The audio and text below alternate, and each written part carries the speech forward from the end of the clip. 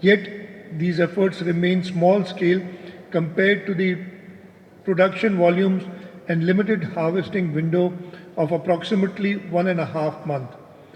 There is an undeniable need for larger investment to establish medium to large scale processing units and storage facilities to fully capitalize on Pakistan's potential export.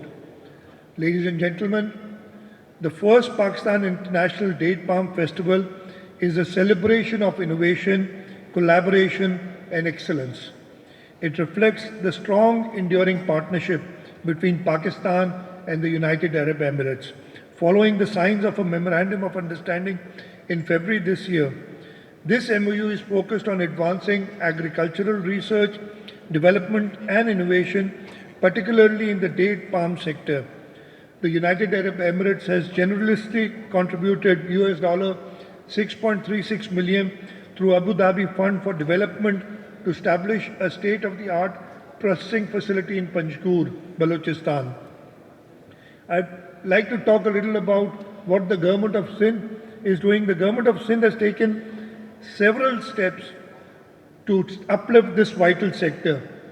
We have established the Date Palm Research Station in Kot DG, where cutting-edge research, including tissue culture techniques, is being conducted to produce high-quality date plants. Additionally, we are improving market access through Khairpur Special Economic Zone and a dedicated date palm processing zone. To strengthen these efforts, we are in the final stages of establishing the Sindh Date Palm Council, which will bring together farmers, industry leaders, and government officials to drive the industry forward.